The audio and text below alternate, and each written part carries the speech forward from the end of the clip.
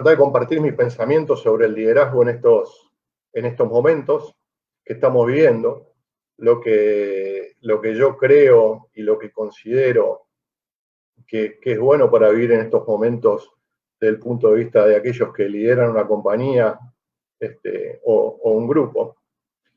Y luego compartir mi pensamiento, bueno, ahí me gustaría que podamos abrir a preguntas. Así que bueno, me gustaría empezar con una historia, la cual Viktor Frankl la cuenta en su libro En busca del sentido. Un libro que leí hace muchísimo tiempo, donde él cuenta todas las vivencias que pasó en los campos de concentración nazi. Y a partir de esas vivencias que vivió, sacó algunas conclusiones, ¿no? Él observaba que dentro de una misma barrica donde todos estaban expuestos a las mismas situaciones y a las mismas hechos que se generaban día a día, desde la poca comida, desde el sacarlos a trabajar todo el día sin incluso a veces darle de comer en condiciones realmente deplorables. Y él pudo observar ahí, más allá de las prácticas que él hacía, que dadas esas circunstancias donde el contexto le planteaba una situación realmente alarmante y desagradable, había personas que reaccionaban de distintas maneras. Unos se dejaban vencer, otros ya estaban entregados, a otros les daba lo mismo. Pero había un grupo de personas, pequeño por cierto, que tenía otra actitud. Y la actitud que tenía era la de ser solidaria. A los que estaban peor les ofrecían incluso parte de la poca ración de comida que le daban. Entonces él llegó a la conclusión de que los nazis podrían hacerle lo que quisieran con sus cuerpos, pero lo que no iban a poder nunca hacer es quitarle la libertad suprema, la libertad última que él llamó, la de elegir la actitud que cada una tomaba frente a esa situación. Y quiero partir de esta historia, porque mucho de lo que vamos a conversar o mucho de lo que voy a tratar de transmitir tiene que ver con esto, tiene que ver con una lección. Hoy estamos pasando un momento realmente complicado, un momento donde estamos encerrados, donde la famosa frase esa donde creemos que el hogar, dulce hogar, terminó siendo no tan dulce. Y esto tiene una razón de ser. Yo estoy convencido que el universo vive en equilibrio, digamos, ¿no? El famoso yin y el yang. No es bueno mucho de todo de algo, como tampoco es bueno mucho de otro. Entonces, fíjense una cosa, el que está solo, como estoy yo, acá en Asunción, haciendo cuarentena, ¿qué es lo que quiere?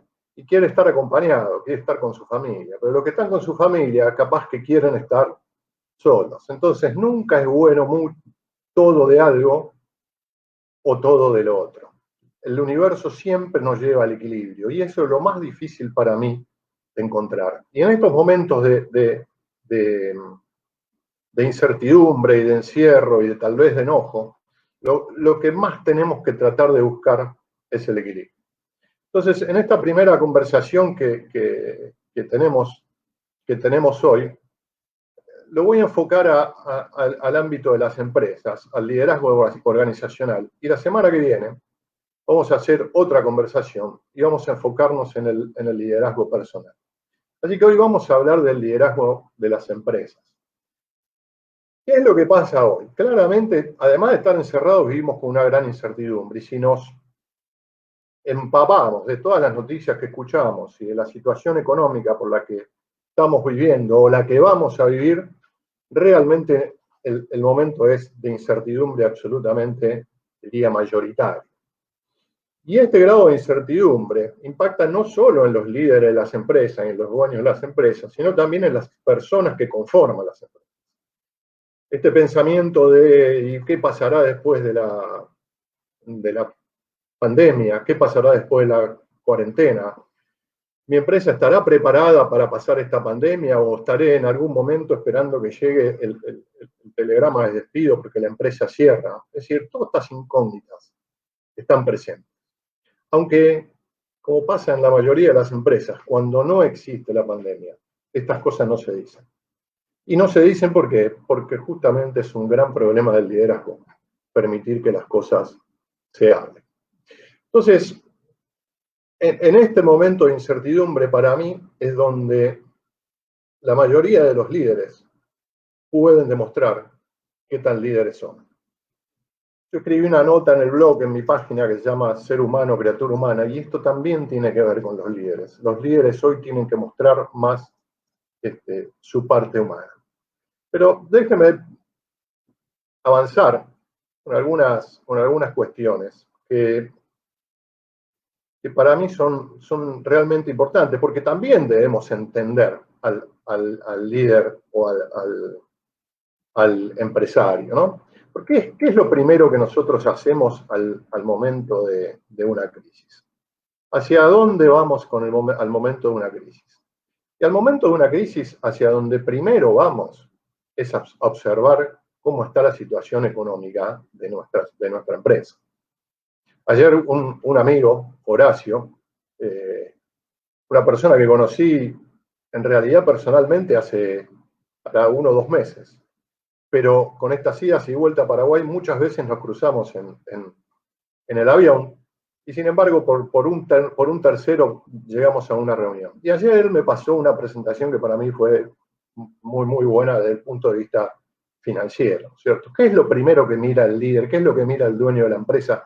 ¿Qué es lo primero que mira el CEO? Lo primero que va es a los números.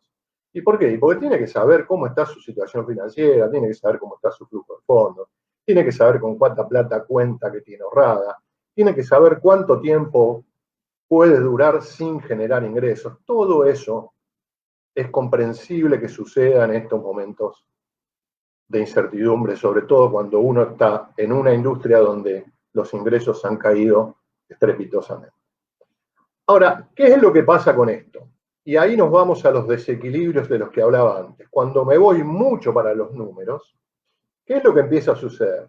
Lo que podría decir que el que está al mando de la situación es el presupuesto. Es decir, lo que determina qué decisiones tomar es el presupuesto. Y en función del presupuesto, desde mi punto de vista, comienza a generar, cuando yo actúo únicamente desde el presupuesto, eso comienza a generar un círculo que para mí es bastante vicioso.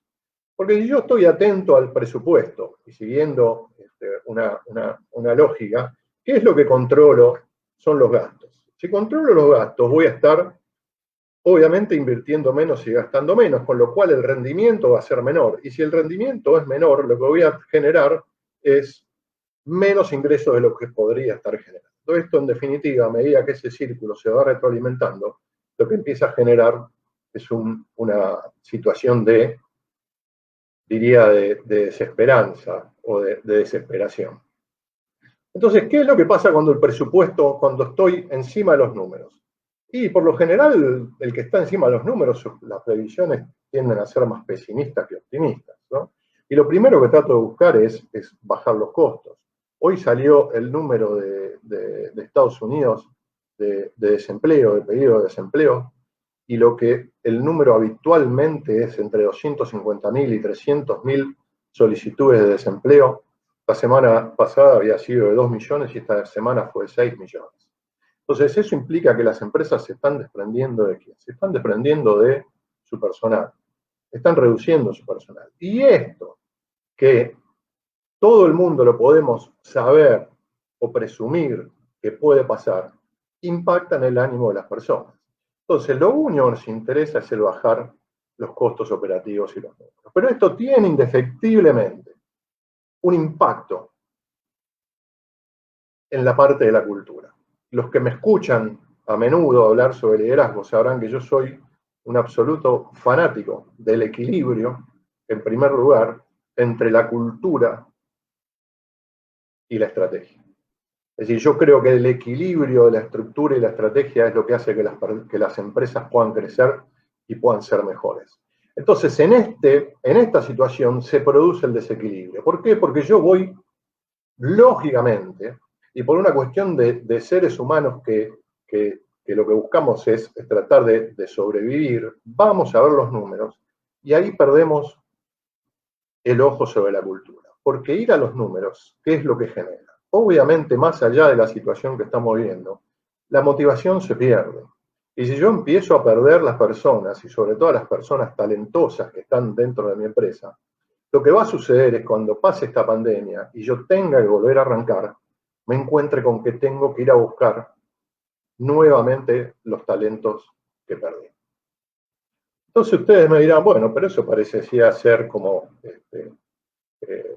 el mundo ideal. No, claro que puede ser el mundo ideal, porque vuelvo a repetir lo que dije al inicio. No hay ninguna duda que lo primero que hace el empresario, que lo primero que hace un CEO es ir a ver los números. Ahora, hay otra forma de poder atender las dos cosas y tratar de buscar el equilibrio a pesar de esta situación que estamos viviendo. Les voy a contar una pequeña historia. Esta historia, si ustedes quieren ver, hay un video en YouTube. El CEO de una compañía que se llama Barry Wendmiller se llama Bob Chapman. Bob Chapman escribió un libro que se llama Todo el mundo importa, el extraordinario poder de cuidar de tu gente como si fuera tu familia. Les digo que hay un video en YouTube que dura media hora más o menos, donde esta persona cuenta la historia de la compañía. Y si quieren, mírenlo, pongan en YouTube el título del libro, lo vuelvo a repetir por las dudas. El libro se llama Todo el mundo importa. Cuenta la historia de la compañía. Y este CEO, que era igual que la mayoría de los CEOs que existen en las empresas, donde sus empleados eran un número y lo único que sabían era el contador, el gerente de producción, el gerente de marketing, el gerente de recursos humanos. Para él, eso eran. Lo único que le prestaba atención era justamente a ver qué, los números de la compañía. Esa persona, no voy a hacerlo demasiado largo, en ese video cuenta la historia de cómo hace un clic en determinado momento, pero el peor momento donde tuvo que demostrar y donde logró que la cultura de la compañía cambie hacia una cultura de confianza y de poner primero las personas fue en el 2008. En el 2008, la recesión y la crisis financiera de ese año hizo que de un plumazo perdieran gran parte de sus pedidos. Eso claramente lo llevó a ¿qué? Lo llevó a revisar sus números y se dio cuenta que tenía que reducir los costos en $10 millones. Fue a su consejo directivo y el consejo directivo se analizaba la opción de hacer lo que la mayoría de la gente hace, despedir a las personas. Pero en realidad, en función de lo que él ya venía pregonando y en función de lo que él venía construyendo en su cultura, él, en lugar de optar por cortar cabezas, optó por unir corazones. Entonces, ¿qué fue lo que hizo? Lo que hizo fue, envió un mail a todos los empleados de la empresa, estamos hablando de alrededor de 11.000 empleados, donde lo que él proponía era que cada uno, desde el CEO, desde él hasta el último en la jerarquía, estaban obligados a tomarse 4 semanas de vacaciones no remuneradas. Es decir, cada uno tendría que tomarse un mes de vacaciones no remuneradas cuando quisiera. La realidad es que cuando él escribió ese mail, en el mensaje que mandó, dijo algo que fue clave para el comportamiento posterior.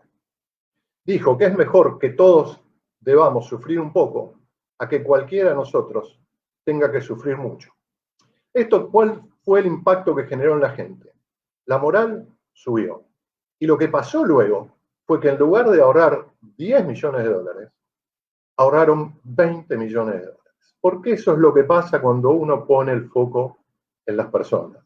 Cuando uno pone el foco en las personas y la atención en las personas, y le da la tranquilidad a la persona de que no van a ser despedidos, sino que las medidas que van a tomar tienen que ver con tomarse una semana de vacaciones, la reacción natural es confiar y cooperar.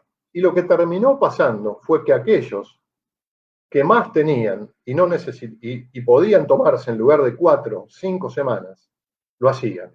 Y los que más necesitaban, en lugar de tomarse 4, se tomaban 3.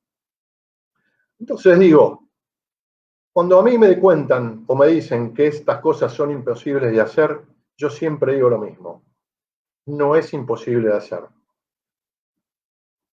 Solo lo determina que lo hagas la actitud que tengas y que lo quieras hacer y que estés convencido de hacer. Que tu propósito sea hacer eso.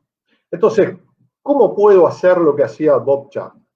Y bueno, hay forma de hacer lo que hacía Bob Chapman. Lo primero que tengo que enfocarme es en el propósito. El jefe tiene que dejar de ser el presupuesto para que pase a ser el propósito. Porque si pasa a ser el propósito, yo lo que voy a estar haciendo son dos cosas. No solo mirando el presupuesto, sino también impactando en la cultura de la compañía a través de estar influenciando en todas aquellas cosas que como líder puedo influenciar. Cuando yo hago eso, lo que hago es incrementar un círculo de seguridad, dándole a las personas no solo certidumbre, sino también saber que antes que esto se termine, la empresa y el líder va a hacer todo lo posible por tratar de retenerlos. Porque debemos entender que nosotros somos seres emocionales que razonamos y no somos seres que a través de la razón manejamos las emociones. El cerebro nuestro se constituyó primero a partir de las emociones y luego después de la razón. Entonces la gente tiene miedo, la gente está con incertidumbre, tu equipo no sabe qué va a pasar con él, no sabe qué es lo que va a suceder hacia adelante. Entonces, enfócate en el propósito. Y para enfocarse en el propósito, lo segundo que deberás hacer, y a partir de saber que tu gente está con incertidumbre, que está preocupada, que puede estar mal, y dar de ese cinturón de seguridad, abrir tu corazón. Los que me escucharon hablar, dar algunas charlas, saben que cuando yo digo hablar del corazón, es decir las cosas como son y como pasan. Pero no es decir las cosas como son sin tener en cuenta al otro, sino teniendo en cuenta no hacer daño en el otro. Ahí es donde está lo que yo digo, en realidad, es donde está la madurez. Poder decir lo que uno piensa teniendo en cuidado del otro. Decir la verdad, decir cómo estamos, decir lo que pasa, decir lo que puede pasar, decir lo que puede suceder. Hablar desde el corazón y hablar con claridad de lo que puede llegar a venir. Porque si vos hablas con claridad como líder, lo que vas a estar generando es confianza en la gente. Y si generás confianza en la gente, lo que va a empezar a pasar es lo mismo que pasó en la empresa de Bob Chapman. La gente va a confiar y va a empezar a cooperar. Porque si hay algo que nos pasa a los seres humanos cuando estamos en momentos como estos, es que tenemos distintas reacciones, y eso está claro. Pero lo que sale de los que tenemos proactividad por algo es el tema de la solidaridad y el de ayudar al otro. Y si vos como líder pones en primero a la persona conjuntamente con el presupuesto para que en ese equilibrio de presupuesto y cultura la gente pueda lograr cierta tranquilidad, van a confiar y van a cooperar. Entonces, lo que sucede ahí es que la gente, cuando el propósito está liderando, el líder aparece. Y cuando aparece el líder, la gente y el líder mismo va a tener un poco más de optimismo y va a estar más optimismo. Sabés que vas a contar con la gente. Y eso no quiere decir que no tengas que mirar los gastos, y eso no quiere decir que no tengas que mirar el presupuesto, y eso no quiere decir porque el equilibrio es lo que debe predominar. No existe posibilidad de un desarrollo del liderazgo en una compañía si no existe la compañía. Y para que la compañía exista tiene que tener rentabilidad.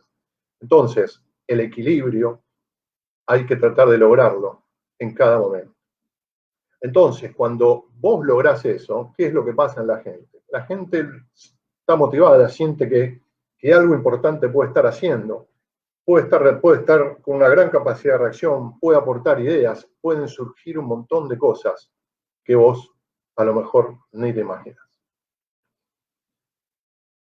Voy a cerrar esta primera parte con una historia para que te des cuenta lo que producen este tipo de cosas, cuando uno pone el liderazgo en las personas. Cuando el huracán Katrina arrasó a New Orleans y la costa del Golfo, durante varias semanas en esa zona de los Estados Unidos la vida fue un caos. Un caos porque no había comida, no había ropa, no había nada, no había forma de encontrar el dinero para pagarlos, no había electricidad, no había forma de vida porque el huracán había arrasado con todo. Hasta los bancos se habían inundado, se habían destrozado los cajeros automáticos, etcétera, etcétera, etcétera. En medio de toda esa situación desesperada, un grupo de empleados de un banco, el Hancock Bank, que tiene su sede en Mississippi, empezó a funcionar proactivamente. ¿Y qué fue lo que hizo? A partir de los días posteriores al Katrina, comenzaron a buscar por todos lados, en cajones, en bóvedas, por todos los lugares donde, entonces imagínense, lo que pasa después de un huracán, creo que es inimaginable, pero imagínense el contexto de destrucción. Estos empleados buscando dinero, en las bóvedas, en todos lados, recogieron la mayor cantidad de efectivo que pudieron. Y obviamente ese efectivo estaba húmedo, estaba con barro. Los metieron en bolsa de basura de plástico. Y lo que hicieron fue, al momento con algunos generadores que había, conectaron las lavadoras y secadoras y lo que hicieron fue lavar y secar todos esos billetes. Tal cual, lo que sería literalmente el lavado de dinero, es lo que hicieron. Los colocaron en tablas, en hileras, y los plancharon. Ahora, luego que hicieron eso, armaron mesas desplegables y lonas fuera de las sucursales del banco donde estaban destruyendo. Y lo que fueron fue distribuir efectivo a cualquiera que lo pidiera. Claro, casi nadie tenía identificación, pero ellos lo que hacían era tomaban un papel, una hoja de papel, y en la hoja de papel le tomaban el nombre, la dirección y el número de seguro social de cada persona. Esa operación improvisada distribuyó más de 42 millones de dólares en efectivo lavado. ¿Cuál fue lo que pasó después? Esta proactividad que surge del ingenio, de la humanidad, de la solidaridad que hicieron los empleados del banco, producto de un liderazgo que el banco traía, hizo que el banco recuperara más del 99,5% del efectivo que había distribuido. Porque después de la catástrofe, sus depósitos y sus activos crecieron, porque la gente fue al banco, porque cuando ellos más lo necesitaban, el banco estuvo ahí. Y esto fue hecho por ¿quiénes? Por empleados del banco. Entonces, cuando vos haces importante a las personas, muchas cosas puedan suceder de las que no te imaginas. Así que me gustaría, en definitiva, vuelvo al inicio de esta conversación y vuelvo a Víctor Frankl. Ante el estímulo que estamos recibiendo hoy, ¿qué camino elegí seguir?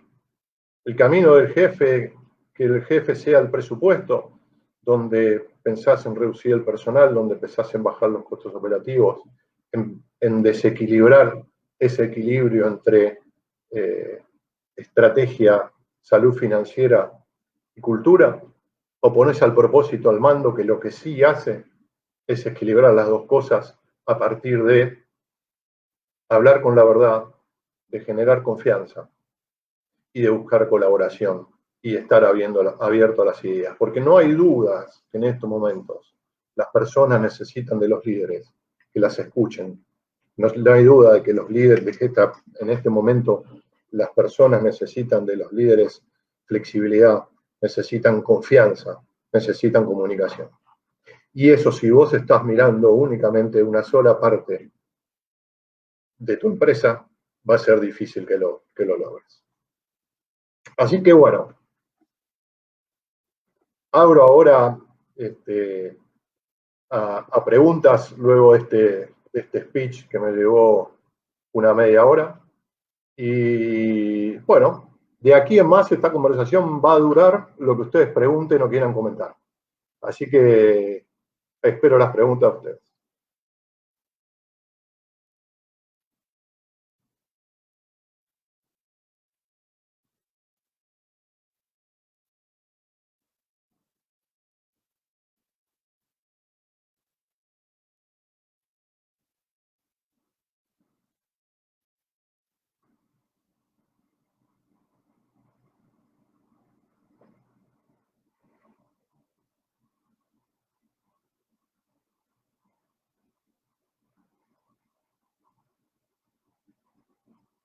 Bueno, vamos, ¿qué pasa? ¿No hay preguntas?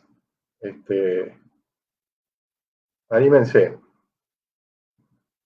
Si tenemos líderes, si tenemos empleados, si tenemos gente que está preocupada, con incertidumbre, vamos, anímense a hacer preguntas, comentarios.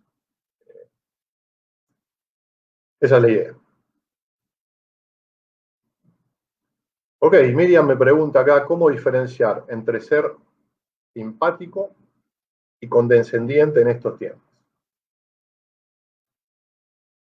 Bien, Miriam, la realidad es que si uno va a la definición de la empatía básicamente es ponerse en los zapatos del otro, ¿no? Es entender más allá de lo que el otro dice. El otro día veía un documental en Netflix de Tony Robbins. Y es una persona que más allá de lo que uno pueda pensar o no, de lo que hace, maneja muy bien esto de la empatía, porque en una parte del documental le pregunta algo a un asistente, el documental se trata de un evento que él hace, le pregunta a un asistente, el asistente le contesta algo, y él, a partir de eso que le contesta, logra descubrir qué es lo que realmente le está pasando, ¿no? Y ahí es donde aparece la empatía. La empatía tiene que ver con tratar de escuchar más allá de las palabras, tratar de callar tu mente mientras estás escuchando para tratar de estar presente frente al otro y tratar de comprender qué es lo que le está pasando más allá de lo que está diciendo. Obviamente que la empatía surge a partir de la predisposición a escuchar en primer lugar, de la actitud de ofrecerse hacia el otro para escucharlo, pero además también en el indagar, ¿no? En no quedarse con lo que te dicen, sino en el indagar. La condescendencia me suena más a ceder cosas más allá de lo que uno quiere conceder, ¿no? A eso me parece que suena la palabra condescendencia. Yo tengo siempre digo cuando hablo del liderazgo que los líderes deben atender las necesidades de las personas, no sus deseos. Los deseos son de las personas. Entonces me parece que la empatía te va a llevar mucho más lejos que la condescendencia. De eso no tengo dudas. Cualquier cosa, repregúntame, Miriam. Pablo, Gustavo, ¿cómo estás? Buenas tardes. Tengo un medio de seguridad industrial que obviamente está muy golpeado porque no tengo industrias a las que vender. Y sí, Pablo, te entiendo. Realmente te entiendo. Hay muchas empresas e incluso, diría, negocios que están en la misma situación. Es una situación absolutamente difícil. Lo único que puedo decirte es que lo que acabo de estar hablando, digamos, más allá de la presión que tengas y si tenés gente, hablale con la verdad. Digamos, acá en estos momentos para mí no hay que ocultar nada. Si uno tiene un equipo de trabajo hay que hablar con la verdad. Hay que decir las cosas realmente que están pasando y realmente las cosas que están sucediendo y cómo están sucediendo. Y hablar con la verdad. Y hacerle saber a las personas que vas a hacer todo lo posible para que no pierdan su puesto de trabajo. Me parece que cuando uno habla del corazón, que cuando uno habla de desde adentro de uno, la gente lo entiende. Estoy convencido de eso. ¿Cómo potenciar esta actitud en los empleados? Ahí yo tengo, sobre eso podría hablar, no sé, horas y horas. Yo creo que ese es el gran problema que tienen los líderes. Los líderes piensan en potenciar la actitud de los empleados, y no digo que estoy haciendo un previo para contestar. La mayoría de los líderes piensa que haciendo cosas van a cambiar la actitud de los empleados. Y por supuesto que hay cosas para hacer que ayudan a la actitud de los empleados. Poner a las personas primero, hacerlas sentir importantes, generar un contexto de confianza, tener un propósito y atender las necesidades de las personas, te puedo asegurar que eso genera actitud en los empleados. Pero hay una cosa para mí que es más importante de todas y tiene que ver con la tarea. Cuando yo pregunto con algunas conferencias que doy, es que hablamos sobre el compromiso, ¿no? Básicamente te pregunto a las personas y a ustedes, ¿qué es lo que lo comprometen? ¿No? Entonces te dicen, y que te hagan partícipe, que conozcan los objetivos, que te traten bien, que tengas las necesidades cubiertas. Buenísimo. Bárbaro. Tras eso pregunto, ¿qué pasa si a vos te dan todo eso, pero la tarea que tenés que hacer no te gusta para nada? Y ahí aparece la responsabilidad con respecto al compromiso. Yo digo que las personas responsables son las que cumplen con su tarea, las personas comprometidas son las que te agregan valor, y para que te agreguen valor tienen que estar entusiasmadas. ¿A dónde voy? Que lo que debemos buscar, más allá de lo que damos, es tratar de que las personas se entusiasmen con lo que están haciendo. Y para eso hay que trabajar en que las personas estén ubicadas en los puestos donde fluyen, rinden y se sienten importantes. Yo creo que haciendo esas dos cosas, la actitud aparece. Estoy absolutamente convencido de eso. Pablo, ahí, perdóname, porque justo entró, ahora disculpame, porque justo entró una pregunta, sumando eso a incertidumbre, con cheques y lo demás, tirar un centro para remontarlo, enfocándome en los clientes, tengo un empleado, digamos, cómo puedo hacer algo similar a lo que hicieron los empleados del banco de tu ejemplo. Pablo, vean, a lo mejor me iría mejor tirándote un centro, porque la verdad que jugaba bien al fútbol, ya no, pero en la época jugaba bastante bien. Entonces a lo mejor me iría mucho mejor tirándote centros que con esto, pero vuelvo a lo que te dije antes. Acá hay que hablar con la sinceridad. Acá hay una cuestión, que está buena traerla. Y nosotros estamos ahora metidos en este berenjenal de la pandemia con la incertidumbre económica, con la incertidumbre de estar encerrados, con la incertidumbre de empezar a trabajar remoto, cosa que para mí, por la fuerza, lo tuvimos que hacer, y para mí va a ser maravilloso porque nos vamos a dar cuenta que podemos lograr objetivos y ser eficientes aún trabajando remoto. Pero más allá de eso me corro. ¿Qué es lo que pasa?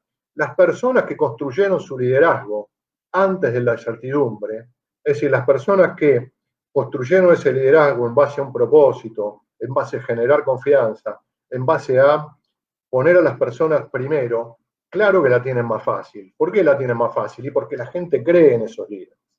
Ahora, cuando vos estás metido en este berenjenal y resulta que fuiste todo lo contrario a lo que deberías hacer, bueno, pues este es el gran momento para cambiar. Este es el gran momento, el punto de inflexión donde vos te podés convertir en ese líder. Y Pablo, yo creo que lo mejor que podés hacer es hablar con la verdad y decir lo que pasa. Y hablar con ese empleado que tenés y decirle qué es lo que pasa. Imaginate y practicá uno de los dones que tenemos como seres humanos, que es la imaginación, ¿no? ¿Qué va a ser de tu empresa el después? Y vos me dirás, sí, pará, ¿cómo voy a pensar en el después si hoy no tengo ni para hacer un cheque y no tengo para pagar? Claro, pero si te quedás en esa, estás eligiendo ¿qué? Ser pesimista, y me dirás, pero soy realista, sí, pero tratá de soñar y tratá de verte después de esto, cómo tu empresa la vas a intentar hacer crecer. Y hablá con ese empleado que tenés para ver si la pueden pasar juntos o no. Y en definitiva, que el empleado sepa lo que estás viviendo y lo que estás pasando. Ese es el mejor centro que creo que hoy te puedo tirar. El líder hoy tiene que salir de él, salir de él para ponerse en función de su equipo. Más que nunca hoy, el líder tiene que ser un servidor de su equipo. ¿Por qué? Porque la gente está asustada, porque la gente está con incertidumbre, porque la gente está con miedo, porque la gente no sabe cuándo termina esta maldita pandemia ni qué va a pasar después de la pandemia. Ahí el líder tiene que dar apoyo. Y claro, pero el líder también tiene que atender su crisis personal y tiene que entender su crisis de números, su crisis de cheques. Sí. Viene con el laburo de líder, viene con el laburo de ser CEO, viene con el laburo de tener una empresa. No hay posibilidad de tener una empresa si la querés llevar adelante como este líder. Lo que te aconsejo, Pablo, son diametralmente opuestas las dimensiones de las empresas. Mirate el video del libro ese que comenté al inicio, Todo Importa, en YouTube. Media hora está muy bueno. Una empresa que pasó por miles de crisis. Mirá lo que está muy bueno. Ok. Gustavo Luna, que en realidad es Vanessa que está usando el Facebook de Gustavo Luna, dos amigos. Gusti, ¿cómo tengo que reaccionar cuando mis empleados tienen poca iniciativa? ¿Es por mí? Ah, qué buena pregunta. Sí, te voy a dar una mala noticia, es por vos. Y creo que en parte lo acabo de decir recién. Lo que no construimos antes de esta pandemia nos va a costar el doble del que estuvo construyendo liderazgo antes. Porque ¿qué es lo que nos enseñaron cuando nosotros somos líderes? E incluso cuando tenemos la posibilidad de haber hecho alguna carrera en las universidades o algún MBA en una escuela de negocios. ¿Qué te enseñan? Lo que te enseñan es a manejar la empresa. Y la vieja política de lo que te enseñaban años A, cuando los empleados no tenían el nivel de conocimiento que tienen hoy, es que vos le tenías que tener con un garrote y darle garrote y zanahoria, para que con el garrote vayan hacia la zanahoria. Ese es un paradigma que hoy sigue estando. Sigue estando, y cuando vos estás liderando personas que a lo mejor tienen mucho más conocimiento que vos sobre el tema que estás liderando.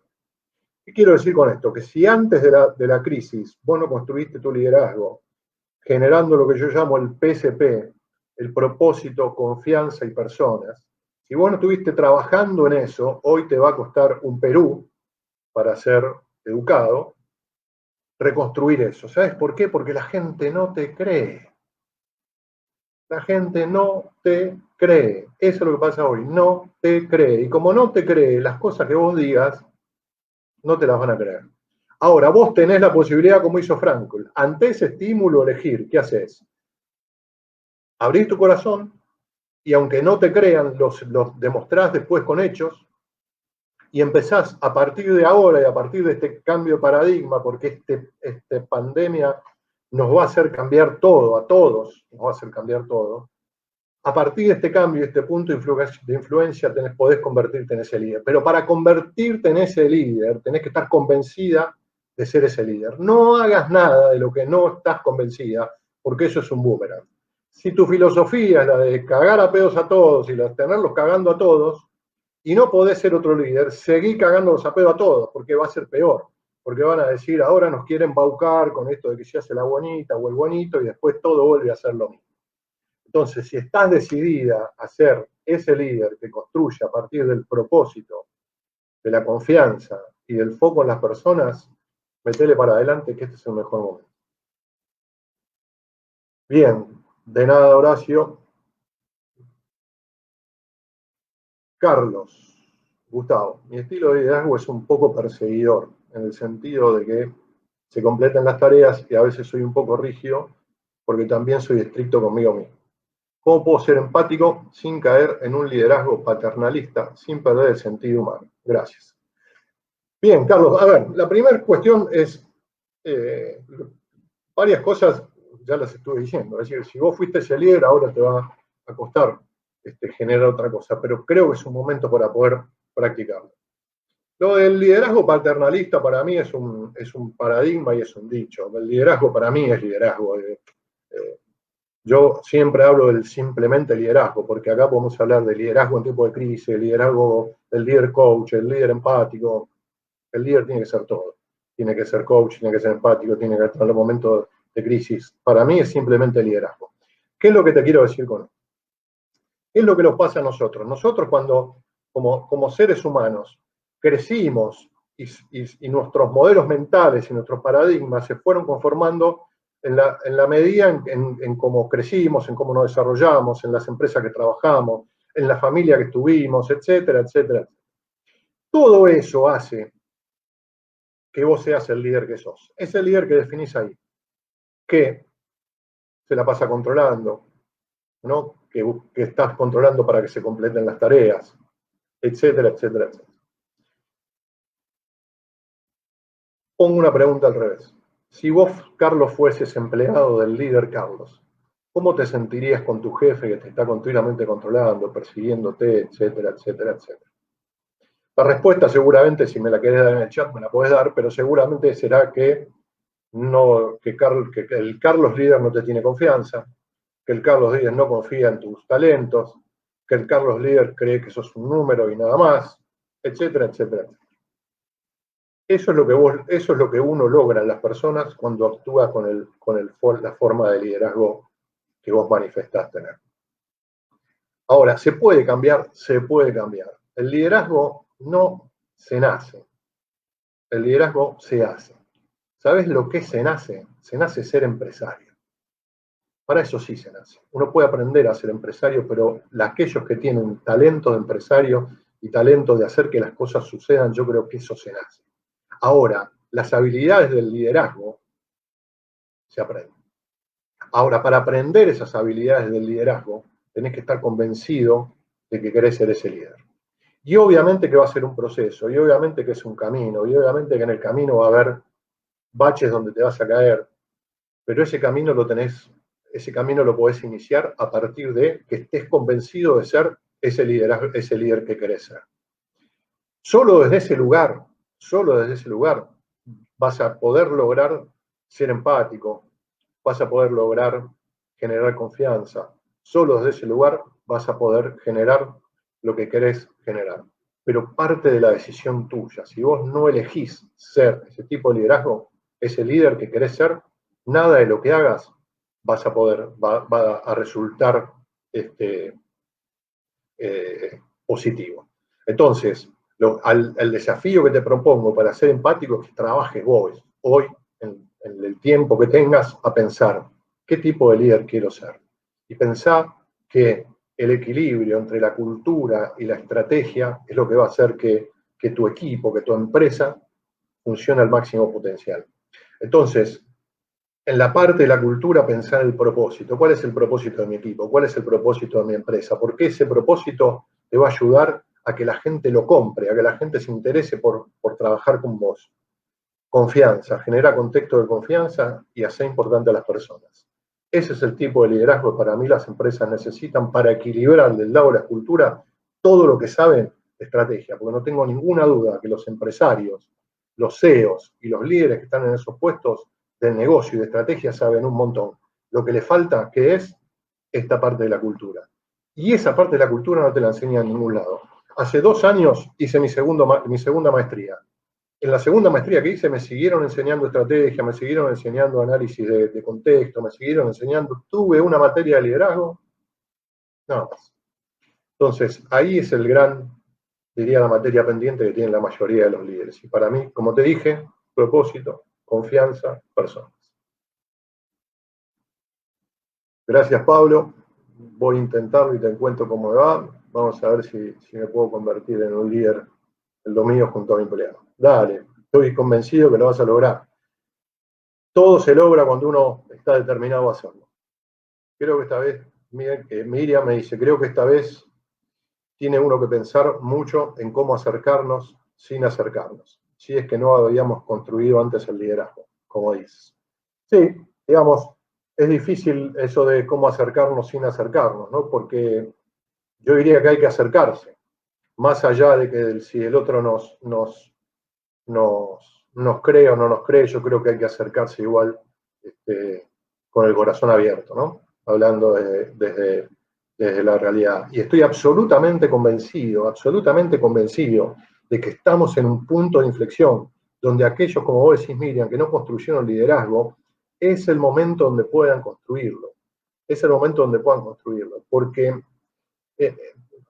Fíjense en ese video que les comento, porque para mí tiene algunas partes que son realmente impactantes, ¿no? Porque de ser una empresa de mando y control, cambiar a ser una empresa que pone el foco en las personas, con las mismas personas que gestionaban desde el mando y control, obviamente genera en el público dentro de la compañía escépticos. Y esos escépticos se dan vuelta en la historia que conté del 2008. Empezaron a creer en el momento de la crisis del 2008, cuando pensaban que se quedaban sin trabajo, lo que hizo la empresa en ese momento hizo que esos escépticos empiecen a creer. Entonces creo que estamos en un momento de inflexión donde si no construí el liderazgo, este es el momento para empezar a construirlo. Estoy absolutamente convencido de eso. De nada, Miriam. Bueno, muy bien.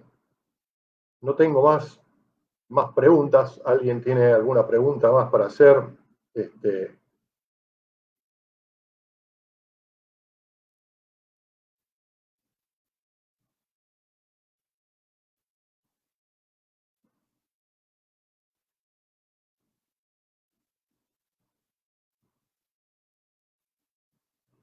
A ver si hay alguna acá en Facebook que se me haya... Maximiliano, ¿cómo puedo fomentar la disciplina de los empleados sin parecer un dictador? Maximiliano, confianza, propósito, confianza y personas. Propósito, confianza, hablar del corazón y poner foco en las personas. Para mí ese es el camino. Es un camino largo, es un camino arduo, es un camino duro, es un camino que requiere de vos muchísima paciencia, muchísima paciencia. Mire, yo les voy a contar una cosa. Yo trabajé en una empresa durante mucho tiempo y la mayor parte de los años que estuve en esa empresa, que fueron como 20 años, diría que haciendo memoria, 14 años, esa empresa estuvo liderada por personas que lideraban bajo el mando y el control. Yo accedí a puestos gerenciales de esos 14 años, siendo gerente los últimos 4 de los 14, y los 6 restantes fui el CEO de la compañía. Y a pesar de que existía el mando y control, yo generaba en las personas, lo que trataba de hacer es mostrarles que podía haber posibilidades de que esa cultura de la empresa podría ser otra. Que si en algún momento yo llegaba a ser el gerente de esa empresa, iba a ir por esa cultura. Y me acuerdo que la llamaba la empresa 1 y la empresa 2. La empresa 1 era esta del mando y control, y la empresa 2 era la que yo iba a intentar generar a partir de la confianza y a partir de todas estas cosas que estamos hablando, ¿no? De la visión compartida, de valores, etcétera. Bueno, con personas que me conocían y siendo mi primera experiencia como CEO, a mí me llevó a lograr esa empresa 2, que es de lo que básicamente estoy hablando hoy, 4 años. Entonces, ¿qué quiero decirte con esto? Que es un camino arduo, largo, donde vos vas por el camino y te van a tirar piedrazos de todos lados, pero si vos estás convencido de lo que querés, y además de estar convencido de lo que querés, actuás en función de tus intenciones y de lo que querés, lo terminás logrando. Porque grábense esta frase. Nosotros nos medimos a nosotros mismos por nuestras intenciones. Esa es la manera como nosotros nos medimos, por las intenciones que tenemos. Pero las personas a nosotros nos miden por lo que hacemos. Entonces, cuando tus intenciones son coherentes con lo que haces, ese es el camino que tenés que construir. Es duro, largo, hay que construirlo con paciencia, pero para eso estamos los coaches y los asesores, para acompañarlos en ese camino que quieren construir. Así que me parece que ese es el camino, Maximiliano. Estás a cargo de personas que son mayores que yo, ¿cómo puedo hacer para ser líder? El otro día posteé una frase la posteé creo que en LinkedIn,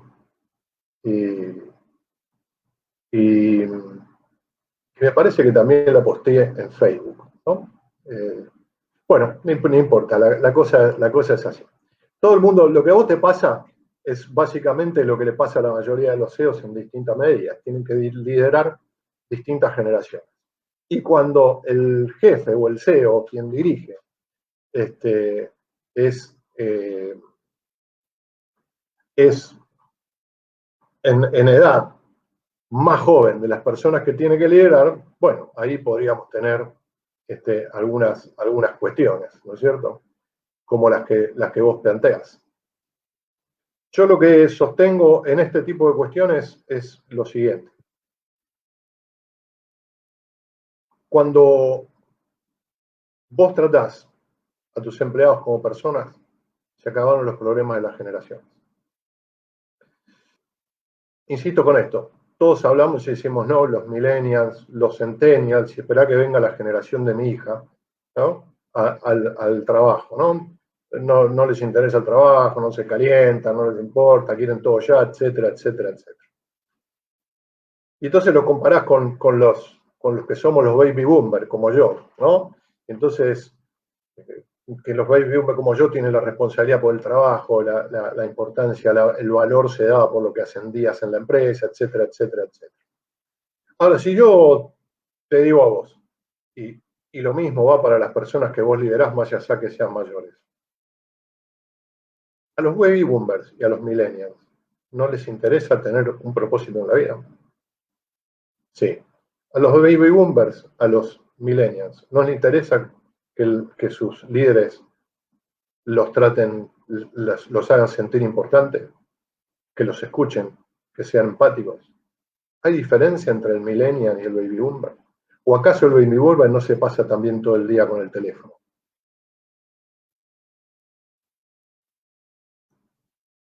El tema de las diferentes generaciones se resuelve tratando a las distintas generaciones como personas.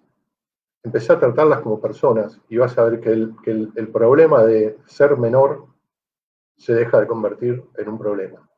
Cuando vos estás abierto, cuando vos generás un contexto de confianza, cuando vos abrís tu corazón, decís las cosas como son, hablás de todo lo que se tenga que hablar, vas a ver que esas personas mayores te van a responder a vos a pesar de que eras menor, de que seas menor. Es que, fíjate una cosa, ¿sabés lo que sucede? Que es muchas de las cosas que nosotros no tenemos muy en claro, es que todas nuestras conductas se mueven, o las consecuencias de nuestras conductas están regidas por principios. ¿Qué significa eso? Significa que si vos querés ser confiable, tenés que ser una persona sincera. Si vos sos confiable, tenés que cumplir las cosas que prometés cumplir, si vos querés ser confiable. Ahora, no hay posibilidad de ser confiable si vos mentís. No hay posibilidad de ser confiable si vos no cumplís con lo que prometés. Entonces, ¿qué quiero decir con esto? Las personas, independientemente de la edad, se comprometen y trabajan a partir de lo que nosotros hacemos cuando las hacemos sentir importantes. Si vos haces sentir importante a las personas, vas a tener ganado gran parte de ese camino. Gran parte de ese camino. Hay una historia que cuenta Stephen Covey en El Octavo Hábito, en su libro El Octavo Hábito, para mí uno de los mejores libros que leí de liderazgo, viejito ya, pero tiene que ver también con esto de los principios que digo. Él cuenta una historia en ese libro que dice que un día estaba dando una capacitación en un hotel, creo que era. Entonces hablaba básicamente de todas estas cosas, generar confianza, ser un ejemplo, etcétera, etcétera, y salta el jefe de mantenimiento del hotel. Y entonces le dice, sí, todo eso muy lindo, pero ¿cómo lidiar con personas como las que yo tengo a mi cargo? Que falta mucho, que a veces vienen borrachas, que a veces son violentas, que no tienen preparación. ¿Cómo hago para aplicar todo eso? Entonces cuenta que le propuso un desafío. Lo primero que hizo fue preguntarle, las personas esas que trabajan con usted, cuando tienen que decidir comprar un detergente, ¿quién decide qué detergente comprar? Y el jefe le dice, pues yo, que soy el jefe. Y no hay, cuando hay que comprar una máquina para lustrar el piso, ¿quién decide cuál es la mejor máquina? Y yo, que soy el jefe, ¿quién lo va a decidir? Entonces le propone un desafío. Lo desafía a que en los meses por delante, en lugar de decidir él, comparta con su gente cuál es el mejor detergente para ellos, cuál es la mejor máquina que lustra, cuál es el mejor lo que sea con ellos, y que participen de las decisiones. Luego de una serie de meses y de un tiempo, el nivel de ausencia bajó, el nivel de personas que venían borrachas o agresivas bajó, y eso fue simplemente con hacer importante a la gente. Porque no es poner una persona que limpia, llevarla a hacer SEO de la compañía. Es simplemente tratar de hacerla sentir como la mejor persona que limpia en el mundo y que llegue a ser esa persona. Y eso se logra simplemente haciéndola sentir importante. Ese es el único, con ese solo camino, siendo a sentir importante, ya habrás ganado más del 50% del viaje.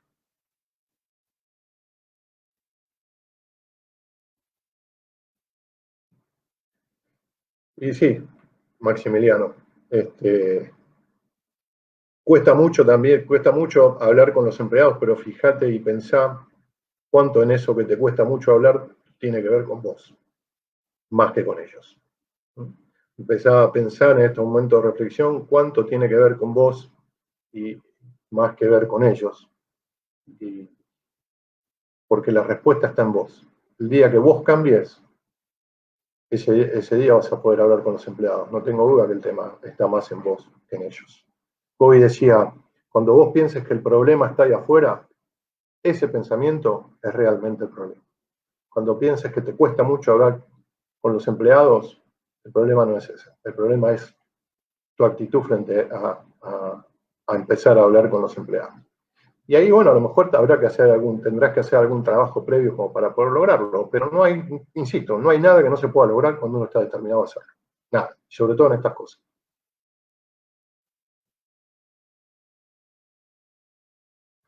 Bien,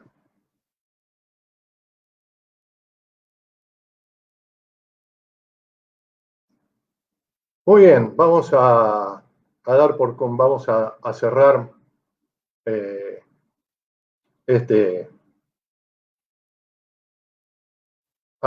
Pero la contingencia no me permite juntar a la gente. Bueno, perfecto, buscá a ver si podés a través de algún medio. Hoy hay muchas herramientas tecnológicas para poder comunicarnos, fíjate si lo puedes hacer. Eh, Habría que analizar un poco el contexto de la empresa y ver cómo puedes hacer, si tiene acceso a mails, a veces a través de mails, si bien no es lo mejor, pero si no hay nada, es importante mantener comunicarse. Hay que tratar de buscarle la vuelta, si es que se puede. Pero bueno, si no se puede, hay que tratar de hacerlo por lo menos con aquellos con los cuales podés tener comunicación. Me parece que lo peor que hay en estas cosas es, si uno quiere hacer algo, es no hacer nada. No haciendo nada, el fracaso está garantizado, eso no tengo duda. Bueno, muy bien. Vamos a ir cerrando. Les agradezco mucho la participación. Hemos llegado a momentos de tener a 25 personas. En realidad, para mí, por ser mi primer live, es un éxito. Les agradezco a todos que hayan participado de este live. Una vez en una actividad, la persona cerraba la actividad poniendo una canción y haciéndonos reflexionar sobre las palabras que decía esa canción. Esa canción preguntaba, ¿para qué vinimos a la Tierra? ¿Para qué vinimos a esta Tierra? Y las tres palabras eran, para amar, servir y recordar. Vayan por la vida recordando esas tres palabras. Para eso vinimos, para amar, para servir y para recordar.